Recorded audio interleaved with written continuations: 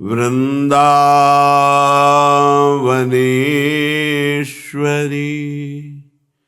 तवैव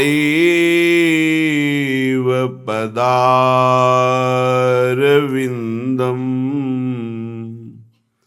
प्रेमामृतैकमकरन्द रसौघपूर्णम्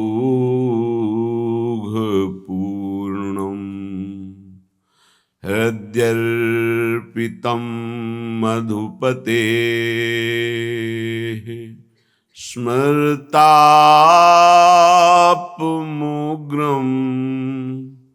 निर्वापयत् परम शीतलमाश्रयामि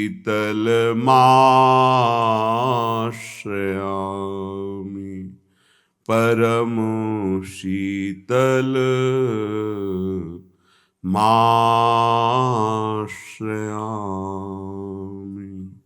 प्यारी जू लाडली जू श्यामा जू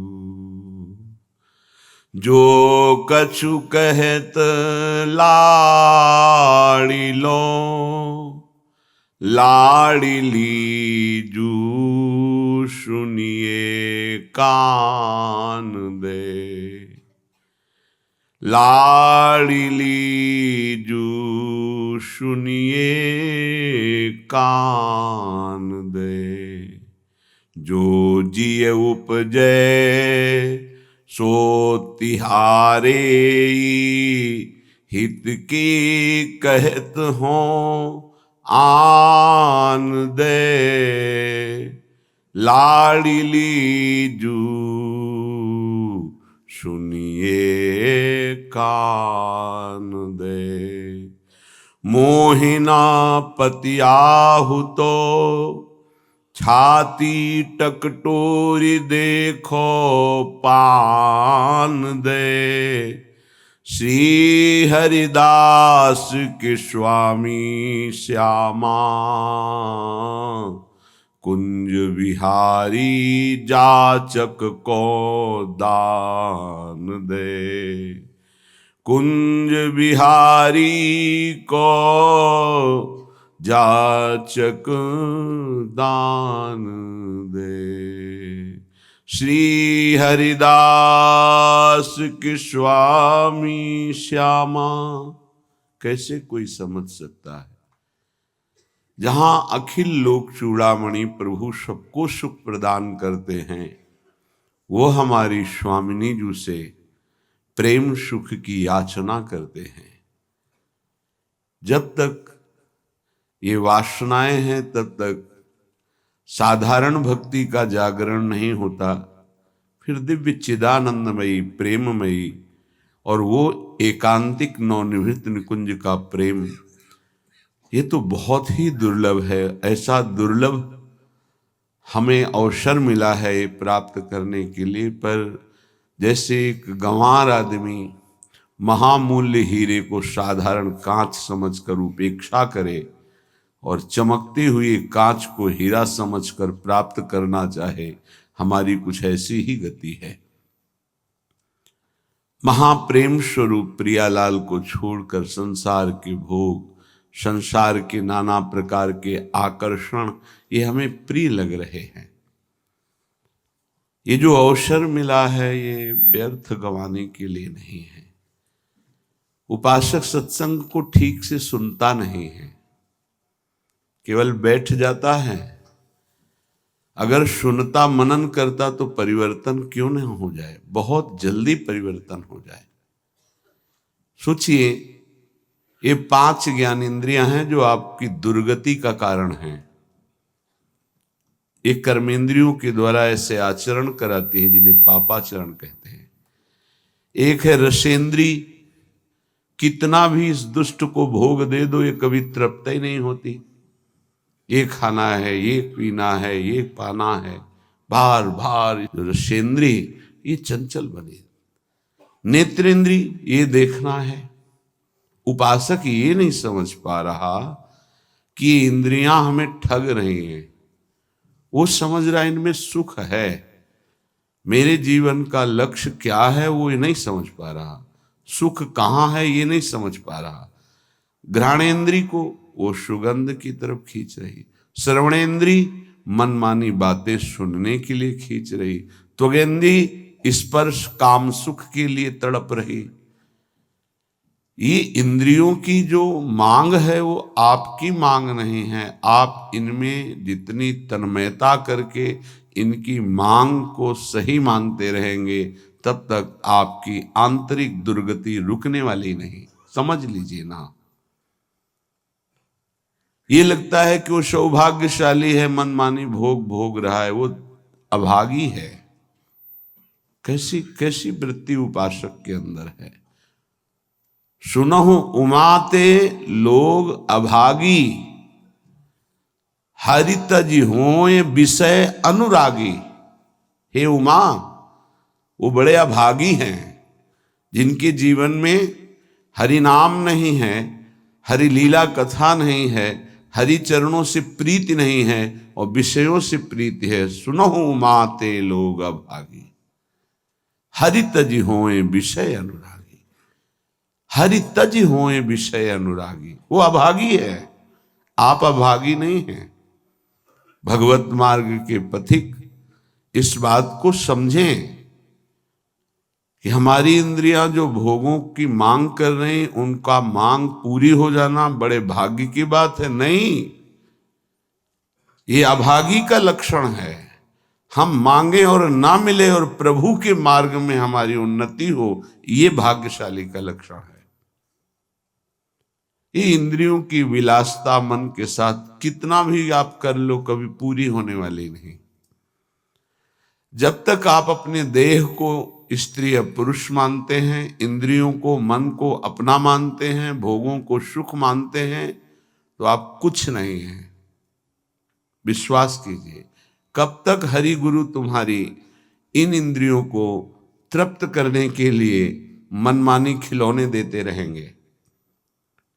हर तुम्हारी सोच को काल नष्ट कर देगा। इस सोच को यदि अविनाशी बना लोगे तो तुम अविनाशी हो, तुम अविनाशी परम पद के अधिकारी हो जाओगे। बहुत सावधान। श्रीधाम वृंदावन का आश्रय और वास मिलने पर यदि आपको सौभाग्य नहीं लग रहा, भगवत मार्ग में चलने पर आपकी रुचि नहीं बन रही, आपको संसार प्रिय लग रहा है, तो आप सोच लीजिए कि आपकी दुर्दशा कितनी बड़ी है और आगे क्या होगी। आज समझाने के लिए हरि गुरु तुम्हें प्रयासरत है। जब बच्चा खिलौने के लिए हठ ही कर लेता है, नहीं मुझे चाहिए ही, तो वही पैसा खर्च करके पिता खिलौना दे देता है। लेकिन अगर खिलौनों का हठ न करता तो गोद में बैठा लेता। कब तक खेलते रहोगे इन खिलौनों से? ना ये खिलौने रहेंगे ना खेलने वाला तुम्हारा शरीर रहेगा। इसलिए सावधान। श्रीपाद प्रबोधानंद जी महाराज कह रहे हैं, वृंदारण्ये चर अचर दृक् पश्य श्री वृंदावनम। ये वृंदावन वासी को भजन के लिए कोई प्रयास नहीं करना पड़ता। स्वाभाविक भजन हो रहा है, पर आपकी महत्व बुद्धि नहीं है। महत्व बुद्धि भोगों में है, शरीर में है। सौभाग्य है कि तुम्हें कोई प्यार ना करे। ये बात हमारी समझ लीजिए, नहीं समझ में आएगी। सौभाग्य है कि तुम्हें कोई प्यार न करे, दुर्भाग्य है कि भगवान से विमुख कोई हमसे प्यार करे। धिक्कार है हमारे भाग्य को यदि प्रभु के सिवा कोई हमें प्यार करे। ये बात नहीं सबकी समझ में आएगी। प्राकृतिक देह को मैं मानने वाला यही चाहता है कि मुझे कोई प्यार करे। कौन प्यार करे? हरि गुरु से बढ़कर कोई अहेतुकी प्यार करने वाला होता है, और वो प्यार कर रहे हैं, तुम्हें प्यार समझ में नहीं आ रहा। तुम्हें भोग विलासिता प्यार नजर आता है। संसार का प्यार नजर आता है, छल कपट वासना का तांडव, ये तुम्हें प्यार नजर आता है। बहुत बढ़िया अवसर है, निकल चलो, नहीं भोगना पड़ेगा। आगे ऐसा अवसर आएगा जीवन में जो तुम्हें ऐसे गर्त में गिराएगा जहां से कोई निकालने वाला नहीं होगा। हृदय की बात कह रहा हूं, आज हाथ जोड़ के प्यार से, शासन से, हर तरह से आपको भगवान प्रेरित करके निकाल रहे हैं। इस दलदल से निकल चलो। आपको अगर दलदल ही प्रिय है प्रपंच का, तो देख लेना, एक समय आएगा कोई समझाने वाला नहीं होगा और तुम्हारी समझ नहीं होगी और तुम्हारा जीवन बहुत दूर प्रभु से होगा। विश्वास करो हमारी बात को। अभी अवसर है, निकल चलो। अभी तुम्हें हरि गुरु की बातें अच्छी नहीं लगती, अभी तुम्हें हरि गुरु का प्यार नहीं समझ में आ रहा, तुम्हें ऐसा लगता है कोई हमारे शरीर का प्यार करे तो वो हमारा प्यारा, इंद्रियों का दुलार करे सो हमारा प्यारा, हमारे मन के अनुकूल चलने वाला मिले, तो सच्ची मानिए सारी बातें हरि से पूर्ण होती है। अगर कोई तुम्हें प्यार करता है, हाँ, तो नाटक करता है प्यार का, वो तुम्हारा शोषण करना चाहता है इसलिए प्यार करता है। कौन ऐसा हृदय वाला है जो अपने को न्यौछावर करके तुम्हें प्यार करे? वो केवल हरि और हरि गुणगान में मस्त भगवत अनुरागी, दूसरा नहीं। तुम तुम्हार सेवक असुरारी, स्वार्थ रहित जग जुग उपकारी। ये समझ में नहीं आता। प्यार का मतलब समझा जाता है, वासनाओं का खेल हो तो प्यार, मनोरंजन हो तो प्यार, हरे मन का भंजन करके, वासना का नाश करके उपासना में प्रतिष्ठित हो जाना, इसे प्यार कहते हैं। जो अविनाशी प्रकृति से भोग कर सुखी होना चाहता है, कभी नहीं हो सकता है। शब्द याद कर लो। खाते खाते दांत टूट जाएंगे, देखते देखते आंख फूट जाएगी, शरीर नष्ट हो जाएगा, पर वासनाएं ज्यों की त्यों रहेंगी और बढ़ती चली जाएंगी। ये जो जलन होती है, यही भस्म करती वासनाओं को। सच्चे उपासना के मार्ग में चलने वाले जलन की परवाह नहीं करते, कष्ट की परवाह नहीं करते, वही उस परम पद के अधिकारी होते हैं। कल एक ने प्रश्न किया कि ऐसा कोई मार्ग बताइए जिसमें कोई कष्ट न हो, भगवत प्राप्ति हो जाए। घर बैठ जाओ। ऐसा सृष्टि में लौकिक मार्ग नहीं है तो अलौकिक मार्ग की क्या बात। अगर आपको 500 रुपये चाहिए तो लेबरी करनी पड़ेगी, 8 घंटे मजदूर बनना पड़ेगा और ठेकेदार की बातें सुननी पड़ेगी। कोई भी कार्य करो आप, क्या सहज है, क्या सुखपूर्वक है, लेकिन आप लक्ष्य जब धन रखते हैं तो बड़े से बड़े कष्ट और कटु वचन को सहते हैं। आप जब दुख से निकलने के लिए लक्ष्य बना लिया भगवत प्राप्ति, तो फिर ये मनोरंजन कैसा, यही समझ में नहीं आता। एक आदमी प्यासा होता है, पानी पिला दे, कभी अगर वो दोबारा दिखाई देता है तो नेत्र नम हो जाते हैं कि एक दिन की प्यास इसने बुझाई थी। जन्म जन्म की प्यास बुझाने के लिए नाम मिला, मंत्र मिला, उपासना मिली, उसका कोई महत्व नहीं। ये तुम्हें प्यार नहीं नजर आ रहा। जो कभी संभाषण नहीं करते थे, देखते नहीं थे, वे तुम्हें अंतर और बाहर दोनों से देख रहे, तुमसे संभाषण कर रहे हैं, ये तुम्हें प्यार नहीं समझ में आ रहा। हमारी तो यही समझ में नहीं आ रहा कि उपासक का लक्ष्य क्या है। अगर लक्ष्य नहीं है तो तुम्हें कोई भी बदल नहीं सकता, और लक्ष्य है तो तुम्हें कोई बदल नहीं सकता। दोनों बातें समझ लो।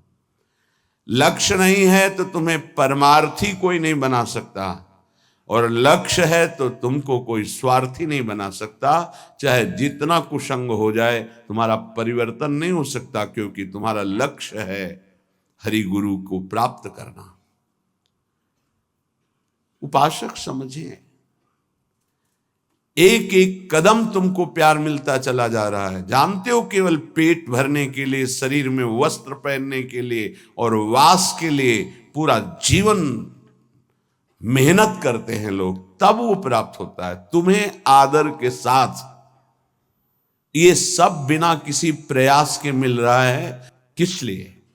तुम भगवान के हो, प्रियालाल के हो, इस बात की तुम्हें इज्जत रखनी है कि तुम प्रभु के दास हो, उसी की सब सुविधा है।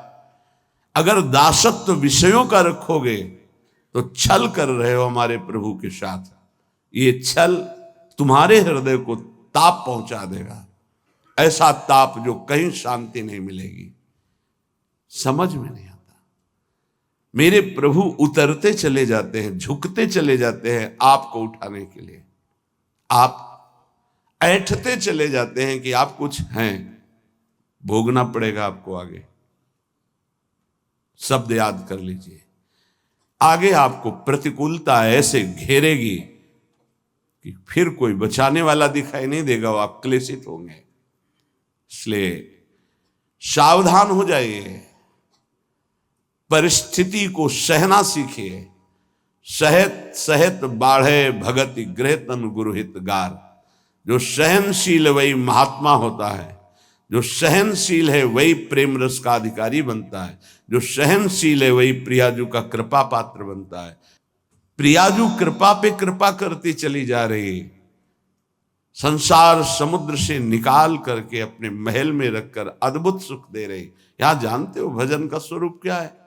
रहना ही भजन हो जाता है। पर रह कहां पा रहे हो? यहां तन यहां रह रहा है मन विषयों में, मन नाना प्रकार की कामनाओं की पूर्ति में। क्या वृंदावन वास हो रहा है? ये वनवास है। वृंदारण्ये चर अचर दृक् पश्य वृंदावन श्री। जिह्वे वृंदावन गुणगान कीर्त श्रोत्र गृह्यान। वृंदाटव्या भज परिमल घ्राण गात्र त्वमस्मिन्। वृंदारण्ये लुठत पुलकितम कृष्णो केलिस्थलीसु। यह है भजन वृंदावन का। बोले नेत्रों से तुम यहां वृंदावन वासी जो खगमृग पशु पंछी मनुष्य हैं, इनको भाव से देखो। ये सब भजनानंदी महापुरुष हैं। ये भजन के प्रताप से यहां कोई सूकर बना हुआ है, कोई कुकर बना हुआ है, कोई पशु पक्षी बना हुआ है, कोई मनुष्य बना, कोई लता, कोई वृक्ष। ये जहां जो कुछ दिखाई दे रहा है, चर अचर दृक् पश्य वृंदावन श्री। ये वृंदावन की अद्भुत श्री वैभव शोभा भगवत स्वरूप है। यहाँ के कुत्ते का भी दर्शन कर रहे हो तो एक बहुत बड़े महात्मा का दर्शन करने से जो फल मिलता है वो मिलेगा, ध्यान रखना। हरिराम व्यास जी आचार्य हैं रस के, वो कह रहे हैं हो मन वृंदावन को श्वान। श्वान माने कुत्ता। यहाँ का कुत्ता कोई साधारण श्वान नहीं है, वो कोई परमहंस महापुरुष है जो प्रियाजू की स्केली कुंज में श्वान रूप धारण किए हुए रज का सेवन कर रहा है। आप क्या समझते हैं? मनुष्य शरीर से भी महान सौभाग्यशाली वो है। क्यों? तुम तो गद्दे पे सोते होगे, वो रज पे सोता है। तुम रज के बने हुए पात्र में विरक्त होकर पाते हो कि नहीं, श्री भगवान जाने। लेकिन उसको भोजन ही रज में मिलता है और रजयुक्त भोजन पाता है। उच्छिष्ट संतों का मिलता है तुम्हें कि नहीं, लेकिन उसको जरूर मिलता है क्योंकि प्राय उच्छिष्ट ही डालते हैं। संतों का भंडारा हुआ, दोना पत्तल बाहर फेंक दिए गए, एक एक पत्तल को चाट चाट कर साफ संतों की जूठन पा रहा है। कौन है? महाभागवत है वो। यहां के चर अचर को भाव से देखने की कोशिश कीजिए। पशु पक्षी लता वृक्ष मनुष्य, ये सब भगवत स्वरूप है। भजन हो रहा है यहाँ का। आप अगर भाव से दर्शन कर रहे हैं, भजन हो रहा है। अगर भाव का अभाव है तो आपको गलत दर्शन होने लगेगा। ईर्ष्या द्वेष वाली बातें, दोष गुण वाली बातें, माया जनित बातें आपको दिखाई देने लगेंगी। ऐसा यहाँ का भजनानंदी उपासक नहीं देखता, वो भाव से देखता है। खग मृग पशु पंछी जे या बन के चरण शरण रख लीजिए। ये सब भगवत स्वरूप है, सच्ची मानिए सब भगवत स्वरूप है। ऐसे वृंदावन में रहो, अपने नेत्रों से जो भी देख रहे हो ये सब बड़े बड़े भजन करने वाले महापुरुष हैं। न जाने कौन सा भजन किस जन्म में बना कि वो इस धाम में आकर के नाली के कीड़ा, पशु, पक्षी इन रूपों में विराजमान है। श्रीपाद प्रबोधानंद जी कह रहे हैं, बाहर मुझे चतुर्मुख परम वेदों का ज्ञाता ब्रह्मा पद ऐश्वर्य पद नहीं चाहिए, लेकिन वृंदावन में नाली का कीड़ा बना दो मुझे। ये जितने भी आपकी दृष्टि में आ रहे हैं, आपका भारी भजन बन रहा है, यदि भाव से आप देख रहे मेरे प्रभु के जन हैं, ये बड़े बड़े भजन करने वाले हैं। चाहे वो कोई बेल हो, कोई वृक्ष हो, ये सब भगवत स्वरूप है। ऐसे तो अपने नेत्रों का भजन करो, ये नेत्रों का भजन है। अब जिह्वे वृंदावन गुणगान, जीभ का भजन है वृंदावन की प्रिया प्रीतम की रूप माधुरी, गुण माधुरी, लीला माधुरी, कुंज निकुंजों की ये जो चर्चा करते हैं, अर्थात श्रीमद चतुरासी जी गाते हैं, 42 लीला गाते हैं, श्रीमद राधा सुधा निधि, केली मालजू, महावाणी जू, ये सब वाणी का भजन हो रहा है, दिव्य भजन, वाणी की सार्थकता हो रही। नाम कीर्तन करते हैं, राधा राधा राधा, वृंदावन वृंदावन वृंदावन, जिह्वे वृंदावन गुणगान, जीव का भजन हो रहा है, खूब गुणगान कर रहे हैं प्रिया प्रीतम का। कीर्तय श्रोत, श्रवणेन्द्री का भजन हो रहा है, खूब नाम कीर्तन सुन रहे हैं, बड़ा सुख मिलता है। जब यहाँ सब उपासक जन जोर से गाते हैं, आवाज पहुंचती, हृदय नाच उठता है। अहो भाग्य, अहो भाग्य, कीर्तन करने वाले और सुनने वाले दोनों का। नाम संकीर्तनम यस्य सर्व पाप प्रणाशनम, सारे पापों का नाश हो रहा है। उच्च स्वर से प्रभु के नाम का कीर्तन कर रहे हैं। कीर्तन श्रोत्र, श्रवणेन्द्री से सुनने मात्र से प्रिया प्रीतम का प्रेम प्राप्त, ये बड़ी सामर्थ्य है कीर्तन में। गुण कीर्तन में जो पद गायन होता है, श्रवण सुनत प्रापक रति राधा पद अम्बुज सुकुमार। आप बैठे हैं यहाँ सभा में और गुण कीर्तन हो रहा तो कृपा की वर्षा हो रही, आप भींज जाओगे। रासमंडल में महाप्रभु हरिवंश चंद्रजू के प्राकट्य उत्सव का 1 महीने पद गायन होता है। हमारी एकांतिक रुचि संन्यास वृत्ति के कारण प्रारंभ में सदगुरुदेव भगवान ने कहा कि आप सभा में क्यों नहीं जाते, तो उनका रुचि नहीं, एकांतिक रुचि रही, अकेला रहना शांत ऐसे। वह नहीं, वो सब उसका फल मिल गया है, प्रियाजू के चरणों की शरणागति। तो जाकर के विराजमान होकर के वहां वाणी सुनो ना, वाणी सुनने मात्र से सभा में प्रियाजू की कृपा प्राप्त होती है। बस फिर आगे प्रश्न नहीं हुआ, गुरुदेव के वचन है। अगर सभा है, ऐसे वाणी गायन हो रहा है, आप बैठे हैं, कुछ समझ में नहीं आ रहा, फिर भी आप निष्पाप हो रहे हैं, प्रियालाल की कृपा पात्र बन रहे हैं, ये बात समझनी चाहिए। कीर्तय श्रोत्र, गृह्यान वृंदाटव्या, भज परिमल घ्राण गात्र, त्वमस्मिन् वृंदारण्ये लुट पुलकितम कृष्ण केल स्थलीषु। तुम श्री वृंदावन के पुष्पों की सुगंध जो प्रियालाल के चरणों में समर्पित है, वृंदावन के पुष्प, ये खास बात है। जो हमारी ब्रजभूमि में प्रकट हुए पुष्प हैं, इनकी समानता करोड़ों रुपए का बाहर से पुष्प लाकर अर्पित करो तो मेरे प्रियालाल को उतना सुख नहीं होगा। यहाँ के हर श्रृंगार का, मोगरा का, गुलाब का, कनेर का या किसी भी का पुष्प, ऐसे मौलश्री का बहुत छोटा पुष्प, बड़ा सुगंधित पुष्प, 3 दिन तक वो प्रियालाल की सेवा में अर्पित किया जा सकता है। उसकी ऐसी महिमा है। उसकी माला बना के या 4 पुष्प रख दिए, फिर वो जो घ्राणेन्द्रिय में प्रसादी सूंघा जाता है, जो प्रियालाल के श्रीअंग में इत्र अर्पित किया वो प्रसादी जो घ्राणेन्द्री में, श्री तुलसी जो चरणों में अर्पित की गई वो घ्राणेन्द्री में, हृदय में जाके प्रेम लक्षणा भक्ति प्रकट करती है। गृहियान वृंदावन भज परिमल घ्राण। वृंदावन, वृंदावन की सुगंधित वस्तुएं बड़ी अनन्यता प्रिया प्रीतम के प्रेम में होती है। पूज्य श्री पंडित रामकृष्ण बाबा जी महाराज बड़े सिद्ध महापुरुष हुए। जैसे आप बाहर से आए हैं और फल अर्पित करें, बाबा स्वीकार नहीं करेंगे। तो उनके पास कोई भी वस्तु लाने के लिए ब्रजवासी का सहयोग होता था। किसी ब्रजवासी को दिया, वो ब्रजवासी जब जाके देगा बाबा स्वीकार कर लेंगे। कोई भी वस्तु है ब्रजवासी के हाथ से, दंडोत बाबा ये रख दो, हम अमुक जगह से आए बाबा ये भेंट नहीं, हटाइए।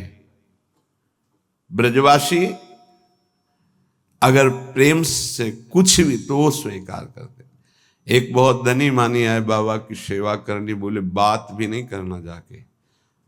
बहुत वो दैन्य हुए तो बोले अगर सेवा करनी है तो जो अनुगामी शिष्य जन थे उन्होंने कहा कि इन घरों में ब्रजवासियों के बाबा माधुकरी लेने आते हैं, इन घरों में सेवा कर दो, वो बाबा को जब देंगे तो वो स्वीकार कर लेंगे। ये थोड़ी सी वृंदावन की निष्ठा रहनी जिससे हम उस रस को प्राप्त होते हैं। गात्र तमस्मिन वृंदारण्य लुंठ। शरीर का यहां पावन होना कैसे होता है? बोले वृंदावन की रज में लोट गया ये लुंठ। तो पुलकितम कृष्ण केलिस्थलेषु, श्रृंगार रस श्री श्यामा श्याम की इस केली भूमि में जो लोट गया, 84 के चक्र से मुक्त हो गया। पहले बहुत ऐसा दर्शन होता था परिक्रमा मार्ग में, रज में, कि ऊपर के वस्त्र बाहरी जन भी आकर उतार कर लौटते थे, दंडवती करते थे। ये दुर्भाग्य है कि सुविधा हो गई इस रोड की, दुर्भाग्य है। नहीं, जो रज में परिक्रमा करने में, दर्शन में, लौटने में सुख था वो इस रोड से थोड़ी है। पर कलयुग भगवान की लीला ऐसी है कि इतना आधुनिकता बढ़ती जा रही है कि रज रानी को प्राप्त करना दुर्लभ हो गया। अगर रज रानी ले तो वृंदावन की परिक्रमा में कहां से ले? परिक्रमा तो रोड में अब हो रही है, और रोड में रज रानी कहां मिलेंगे? वृंदावन का जो शुद्ध भजन है वो इस रज की अनन्यता से जागृत होता है, वो बुद्धि से नहीं जागृत होता। जो रजोपसेवी जन है उनके हृदय में जुगल जोरी का भाव जागृत होता है। महोज्वल रसोन्मद प्रणय सिंधु निस्यंदनी, महामधुर राधिका रमण खेलना नंदिनी, रसेन समधिष्ठिता भुवन वंद्य वृंदया, चकास्तु हृदय में हरे परम धाम वृंदाटवी। उन्माद रस प्रकट करने वाली ये भूमि वृंदावन है। जो ऐसे यहां रहता है एक एक इंद्री को प्रियालाल में लगा के, महोज्वल रसोन्मद प्रणय सिंधु निस्यंदिनी, महाउज्ज्वल परम निष्काम प्रेम रस का प्रादुर्भाव होता है जो उन्माद प्रकट कर देता है। श्री किशोरी जी के सहित रमण जी महाराज अर्थात राधा रमण जी महाराज अपनी विविध प्रेममयी क्रीड़ाओं के द्वारा उसके हृदय को अद्भुत आनंद प्रदान करते हैं, जो ऐसी रहनी से रहता है। त्रिभुवन वंदनीय हो जाता है जो वृंदावन वासी है। ध्यान दीजिए, त्रिभुवन वंदनीय हो जाता है। कहते हैं कि आप नाम जप करो तो आपकी जिह्वा का रोग ठीक हो जाएगा। हर इंद्री समय बीमार है हमारी। नेत्र इंद्री गलत देखना चाहती, श्रवण इंद्री प्रपंच सुनना चाहती, वाक इंद्री प्रपंच की बातें करना चाहती, रसेंद्री सांसारिक भोग भोगना चाहती, जनेन्द्री हर इंद्री अपवित्र हो गई है। इसको इस रहनी से पावन करो। प्रियालाल को अर्पित किए हुए उच्छिष्ट का सेवन करो, प्रसाद का। नाम वाणी का गुणगान करो, नाम वाणी को सुनो, वृंदावन की रज शरीर में लगी रहे तो महाउज्ज्वल प्रेम रस इसी से प्रकट होता है। वो त्रिभुवन वंदनीय हो जाता है। वो राधा रमण जी की महामधुर लीलाओं का रसास्वादन करता है। ऐसे परमानंद में समधिष्ठित परम धाम श्री वृंदावन हमें स्वीकार करे, अर्थात हमें आश्रय और वास देकर रहनी प्रदान करे। ऐसी रहनी से हम रहें। जन्मनि जन्मनि वृंदावन भुवि वृंदार केंद्र वंद्यायाम अपितृण गुल्मक भावे भवतु ममाशा समुल्लसाम। अब तो मेरी एक ही आकांक्षा है। श्रीपाद प्रबोधानंद जी महाराज कहते हैं, जन्मनि जन्मनि वृंदावन भुवि वृंदार केंद्र वंद्यायाम। मैं इस वृंदावन भूमि को प्रणाम करके एक वरदान मांगता हूं कि मैं कभी मुक्त ना हो, बार बार मेरा जन्म हो इसी श्रीधाम वृंदावन में। मनुष्य शरीर के लिए नहीं कहते। अपितृण गुल्मक भावे भवतु ममाशा समुल्लासम। मुझे यहां का तृण बना दिया जाए, गुल्म बना दिया जाए, वृक्ष बना दिया जाए, क्योंकि मनुष्य बनना तो बड़ी दुर्लभ बात है। मुझे बार बार वृंदावन में जन्म मिले, चाहे घास बना दिया जाए, चाहे जो भी, पर मिले वृंदावन में। क्या पाया वृंदावन से कि कह रहे हैं मुझे मुक्त नहीं होना, मुझे बार बार जन्म मिले पर वृंदावन धाम में जन्म मिले। उपासक, इस कृपा को देखो कि जो बड़े बड़े महापुरुष यहाँ की गुल्मलता औषधि वृक्ष पशु पक्षी बनना चाहते हैं, तुम्हें मानव देह में वृंदावन मिला है। क्या तुम्हें प्रियाजू की कृपा नहीं दिखाई दे रही? क्या तुम इस बात को नहीं समझ पा रहे कि तुम्हारे ऊपर कितनी कृपा है? क्या तुमको इन विषयों में आसक्त पुरुषों पर कृपा नजर आ रही कि सौभाग्यशाली है, इनके पास गाड़ी है, इनके पास भोग सामग्री है, ये सौभाग्यशाली हैं? तुम्हें ऐसा लग रहा है? जरूर तुम्हारी बुद्धि दूषित हो गई है। सौभाग्यशाली वो है जिनका संबंध प्रियालाल से है, चाहे वो गृहस्थ हो चाहे वो विरक्त हो। सौभाग्यशाली वो है जिनका लक्ष्य बन गया है भजन करना, नित्य निरंतर अपने इष्ट के चिंतन में रहना। कैसा दुर्भाग्य है कि हम अपने प्यारे को छोड़कर संसार की कोई वस्तु व्यक्ति स्थान का प्यार चाहते हैं। कैसे धिक्कार है बुद्धि को, कैसे समझाएं? अरे बहुत थोड़ा समय है, अभी तो तुम इंद्रियों के भोग विलासिता की चाह कर रहे हो। अभी भयंकर रोग कोई प्रकट होने वाला है, तुम नहीं समझते हो। फिर क्या करोगे? फिर रोग निवृत्ति के लिए रोगे। कर्म कभी डंडा लेके किसी को नहीं मारता, ध्यान रखना। कर्म घटना बनता है, कर्म परिस्थिति बनता है, कर्म भयानक रोग बनता है, कर्म बुद्धि को भ्रष्ट करता है, कर्म डिप्रेशन बनता है, कर्म नाना प्रकार की कुचिंताएं ये बनता है। आप समझो, बुरी दशा आने के पहले बुद्धि बदली जाती है, बुद्धि को भ्रष्ट किया जाता है, बुद्धि को गिराया जाता है। गुरु कृपा पात्र, हरि कृपा पात्र, और बुद्धि को छोड़ दे विषयों की तरफ, ये तो बहुत बड़ी हानि का विषय है। सावधान, इस जन्म को मत बर्बाद करो। बहुत कृपा हो गई। कुछ देखी देखा बाबा जी बन जाता है, देखी देखा है। इसकी इसका बाढ़ा जोग, छीजी काया बाढ़ा रोग, सधुवई भाषा। एक ने देखा बाबा जी को तो बड़ा सुख है, उनको क्या पता सच्चे मार्ग के पथिक को जितनी मेहनत है विश्व में कोई इसी को इतनी मेहनत है ही नहीं। सच्चाई से समझ लीजिए, कम से कम 5 बजे तक तो सोते ही हैं लोग। वैसे तो 9-10 भी बज जाते हैं। तुम मेहनत करते हो, क्या मेहनत करते हो तुम? बाहरी शरीर की, रात रात भर जग करके, दिन दिन भर जग कर अपने मन को मारकर चिदानंद तत्व में लगा रहे। अरे जिस अनंत ब्रह्मांडों के स्वामी को सोचने की भी तुम्हारी सामर्थ्य नहीं कि वो है, वो निरंतर उनके प्यार और दुलार में अपने आप की हर इच्छाओं को भस्म करके, हर परिस्थिति को सह करके आगे बढ़ रहे हैं। तुम्हें क्या पता?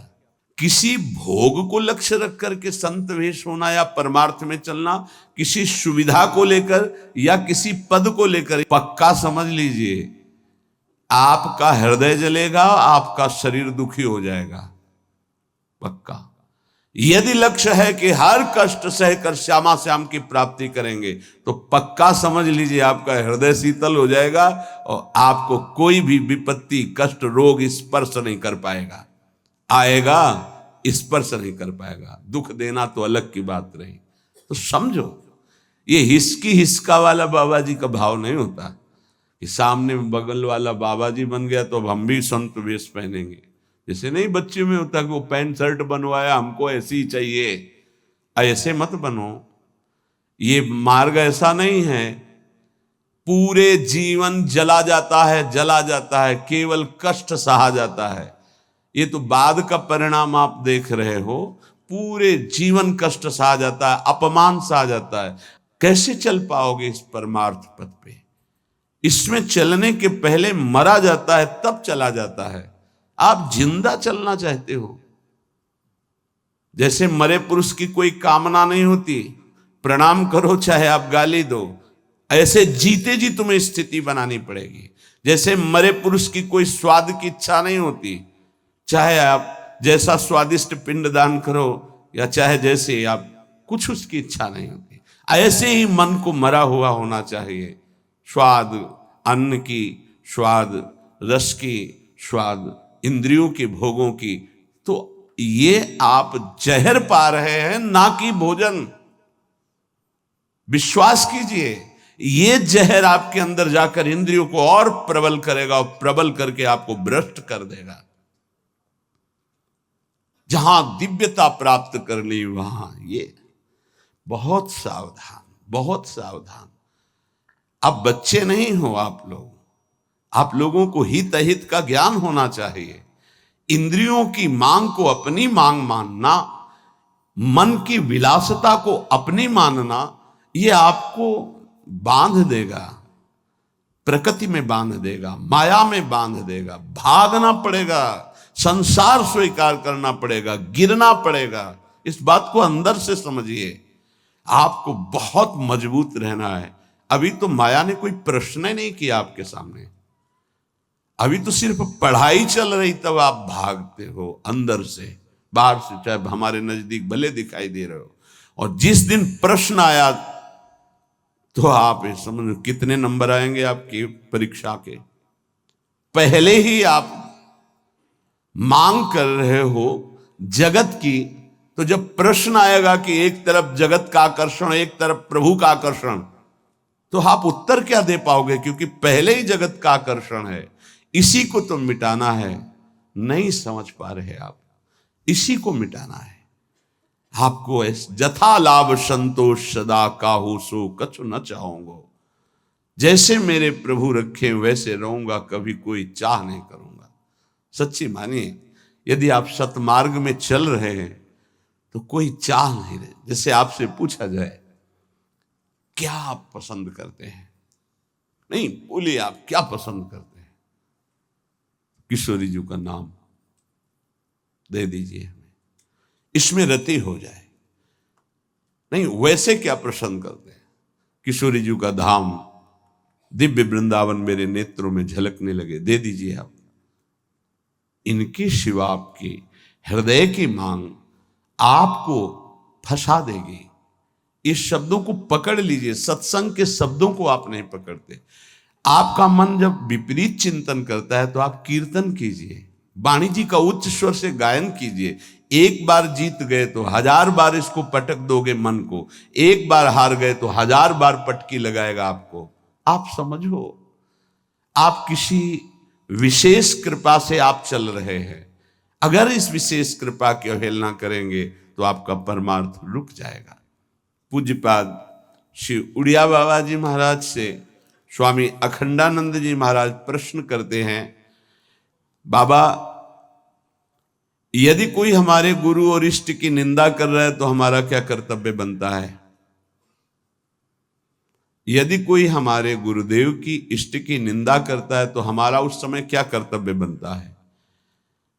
उत्तर, उस उपासक को चाहिए कि उसके सामने जो इष्ट की निंदा या गुरुदेव की कर रहा है वहां से तत्काल हट जाना चाहिए, कभी भी दोबारा उसके पास नहीं बैठना चाहिए।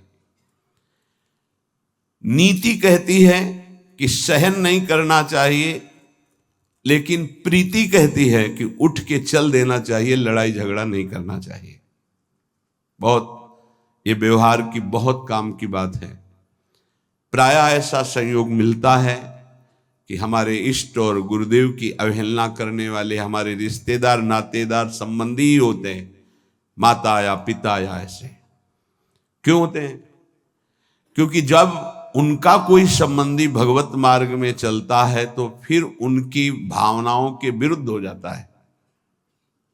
अगर वो उनकी भावनाओं का ही केवल पोषण करने लगेगा तो इष्ट गुरु से विरुद्ध हो जाएगा, पक्का, आगे चल के देख लेना। और जब इष्ट गुरु की भावना में वो पुष्ट होता है तो उनकी लौकिक भावनाओं को वो कुछ भी नहीं गिनता। अब उनको लगता है कि ये जो हमारा पुत्र है या पुत्री है या पत्नी है या परिवार का सदस्य है, कितना हमें प्यार करता था, ये जब से गुरु जी से मिला, जब से उपासना में आया, तब से ऐसा हुआ, तो उसकी गुरु के प्रति, इष्ट के प्रति भी निष्ठा नहीं रहती, भक्ति नहीं रहती, और उसी के अंदर से माया निंदा करवाने लगती है, बहुत प्रियजनों के द्वारा। अब वहां क्या हमारा कर्तव्य है? हमको पास नहीं बैठना, हमको उनका विरोध नहीं करना। बाबा कहते हैं नीति तो आदेश करती है सहन ना करने की बात। संत शंभुश्री पद अपवादा कही सुनी तहां अस मर्यादा काटी जीव तासु जो बसाई, नीति कहती है। लेकिन बाबा कह रहे हैं भक्ति कहती, प्रीति कहती है कि हमको क्रोध नहीं करना, हमको वैर नहीं करना, बदला लेने की भावना नहीं करना, और ना हमको सुनना है। कान में अंगुली डाल के तत्काल वहां से अलग हो जाना, उससे फिर पुनः मिलना नहीं, उसका संबंध हृदय से अस्वीकृत करना है। जो सहन करता है तो भगवान और गुरुदेव में उसकी प्रीति स्थित हो जाती है। यही जीवन का परम लाभ है। दूर का कोई करे तो चलेगा, बिल्कुल पास का करेगा, नजदीक एकदम विरोध शुरू होगा, बिल्कुल नजदीक शुरू होगा। आपको बचाना है अपने आप को और उसका भी मंगल मनाना है। भगवान से प्रार्थना करनी है कि इसकी बुद्धि शुद्ध हो जाए और अपने को उसके आकर्षण, संबंध, वचन तीनों से दूर हटाना है। क्योंकि भगवान की स्मृति स्वयं श्री भगवान है। अगर आप इष्ट और गुरु की निंदा सुनेंगे, करना तो बहुत दूर की बात, तो आपकी भगवत स्मृति गायब हो जाएगी,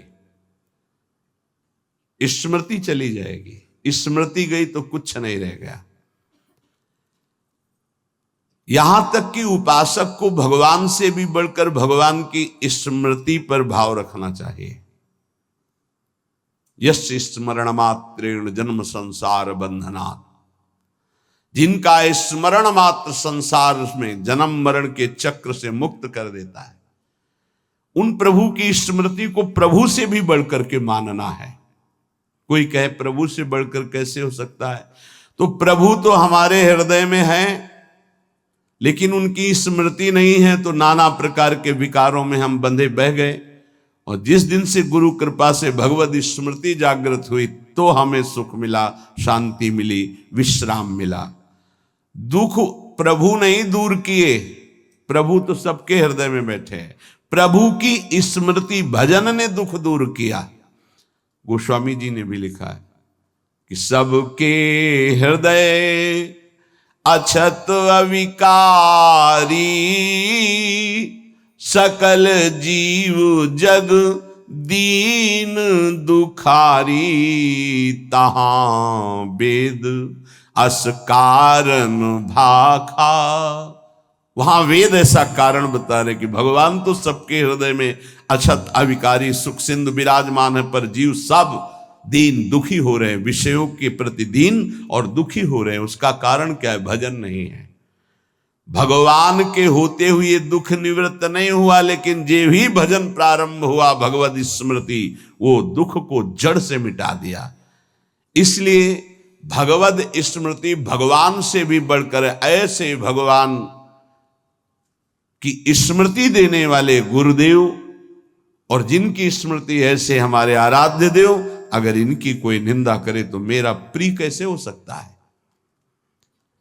माया जहां आप एकाग्रता करके प्रभु में लगने की कोशिश करेंगे तो विविध रूपों में आकर आपको आकर्षित करेगी। आप आकर्षित ना हो, आप विरोध से परास्त ना हो, आप अपनी भक्ति को पुष्ट रखें।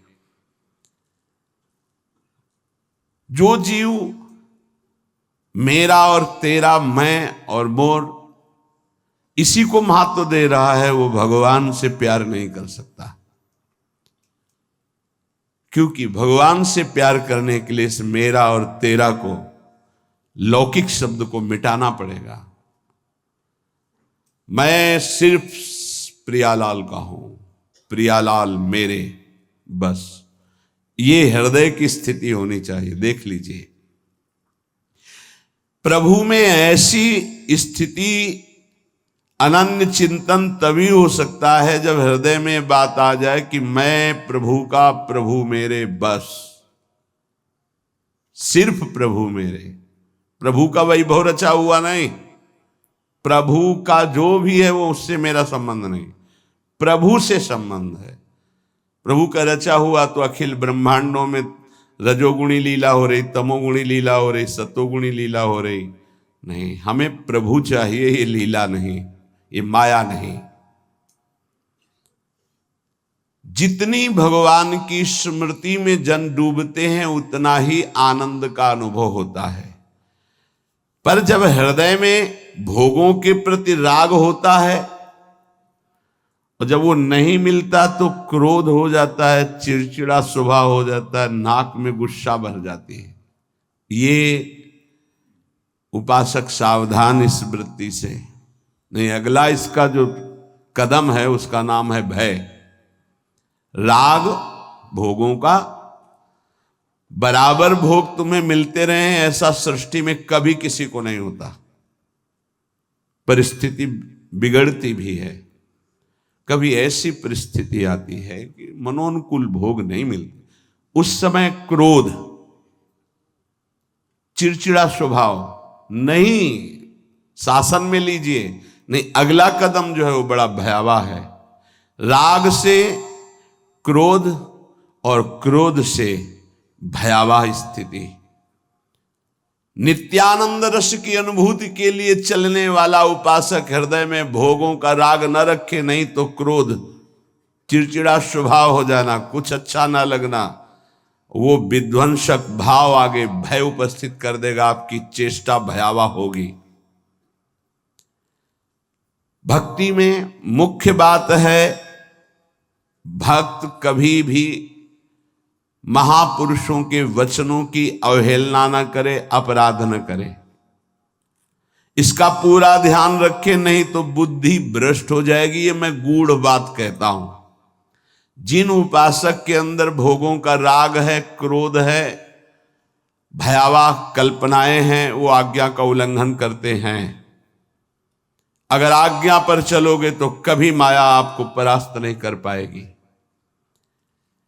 साधन भक्ति, जब सिद्धा भक्ति में फिर निश्चिंतता आती है, निर्भयता आती है, निशोक आता है। साधन भक्ति में साधक को बहुत सावधान रहना है। ये 6 बातें साधन भक्ति में होंगी तभी सिद्ध स्वरूप जागृत हो जाएगा।